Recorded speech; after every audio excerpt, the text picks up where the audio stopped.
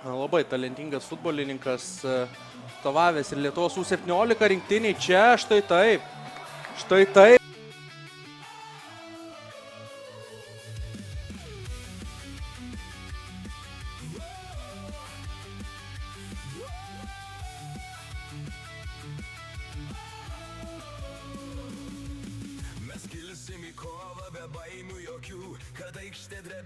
Taip, 11 metrų baudinys, triumfuoja Pijus Čepononis, geltona kortelė yra traukiama.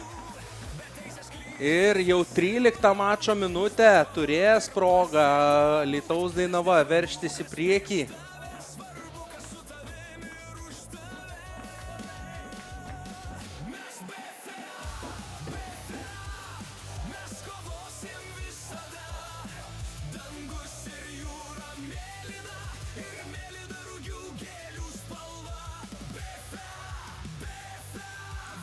Čia Činonsobi, panašus tos prie 11 metrų žymos.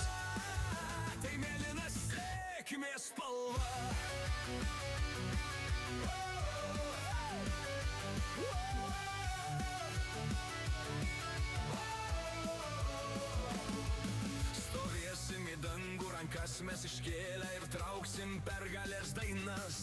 Paplosim net tada, kai nepaėjo ir užsiklosim kitą kartą. Jau toj pat turėtų būti duotas leidimas mušti baudinį Nigerijos futbolininkui.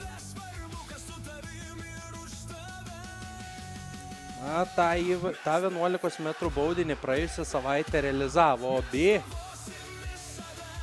Dabar antrą savaitę iš eilės, antras 11 metrų baudinys. Ir jį atremė čia Ugnius Semaška.